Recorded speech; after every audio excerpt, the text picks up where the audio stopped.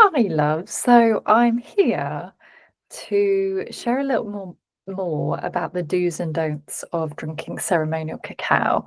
I did do another video on the benefits of cacao, but now I'm selling it. I think it's important to just share what to do and what not to do. So I'll try and make this brief. So with ceremonial cacao, because it is plant medicine, it's really important to honor and respect it in some way. So there is a beautiful prayer that I say before I drink the cacao, I hold her to my heart and I say this prayer. So I'll share that with you in the description. But it is really important because we don't want to drink it without mindfulness. This is something that the Mayans and the ancients drank in ceremony.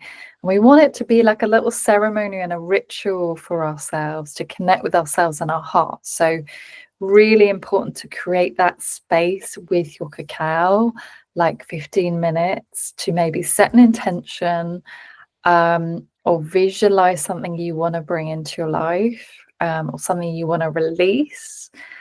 So you say the prayer, hold your intention, and just make sure you're in a quiet space when you do that. If you haven't got an altar, that's a really lovely thing you can do is set up like a mini altar. And when you drink your cacao, you can go to the altar. I drink cacao a couple of times a week now, sometimes once a week. So it's just up to you, and always trust how you feel.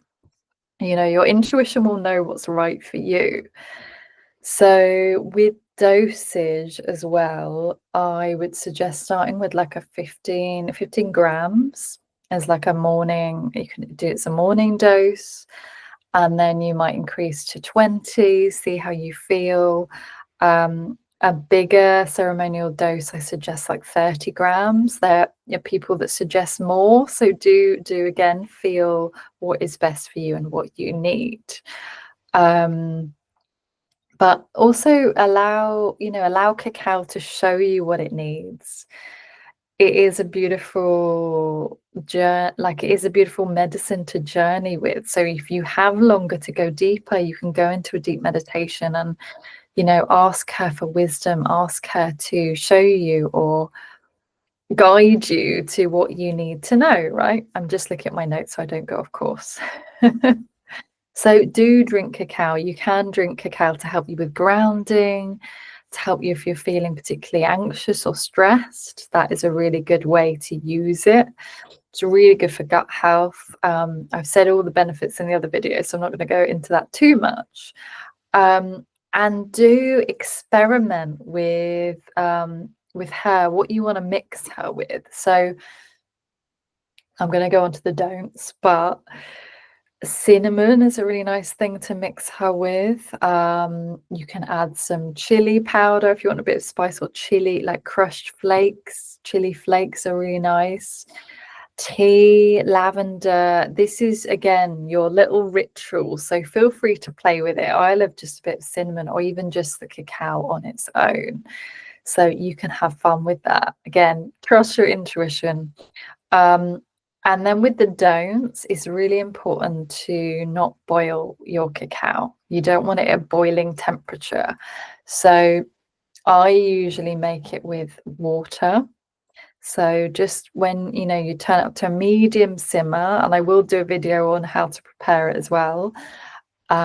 Wait till it's sort of a mid heat and it's simmering, and then turn it down to a low heat, and then tip your cacao in. Otherwise, you will boil out and get rid of all the goodness from the cacao. And another thing is, don't use dairy milk with it, because we want to again keep the energy and the frequency of mama cacao like she is. So it's really important not to mix it with dairy milk. You can make it with plant milks. Oat milk is quite nice, or coconut milk. If you find her bitter, it makes it a bit sweeter. But generally water, I think, is the best option. Or you can mix a bit of coconut milk in there after. or a bit of raw honey once it's cooled down a bit. That's quite nice if you want a bit more sweetness. But generally, what they say is if something is bitter and you taste it as bitter, your body actually needs it. So just a fun fact there. And when you drink cacao, it's best if you refrain from caffeine that day because you're not going to get the same benefits. Again, it's to honor the medicine and treat her with respect.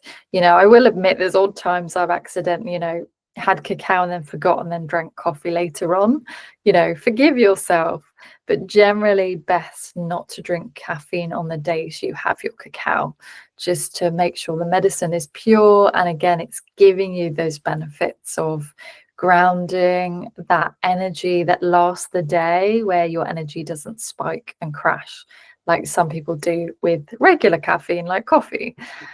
And this is a disclaimer because I'm not a medical practitioner, is to be mindful. Again, take responsibility for your health. So dosage does depend on you as an individual.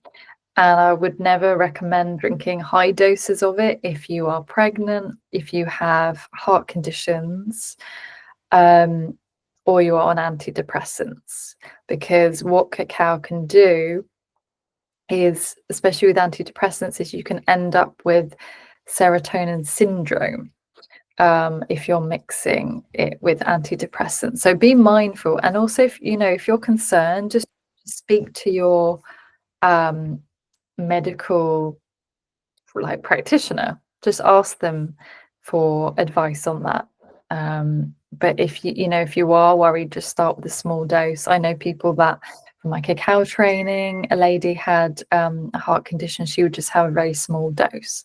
So again, trust your body and what you need.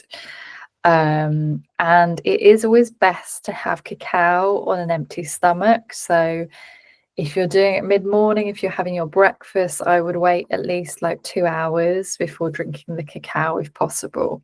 Because again, you're going to get the benefits of the beautiful cacao, of those feel-good hormones and the andamine, the bliss hormone that it awakens. So yeah, I think that's all for now. But do refer to my other video that is talking about the benefits of cacao, and I will make a video about how to prepare it soon.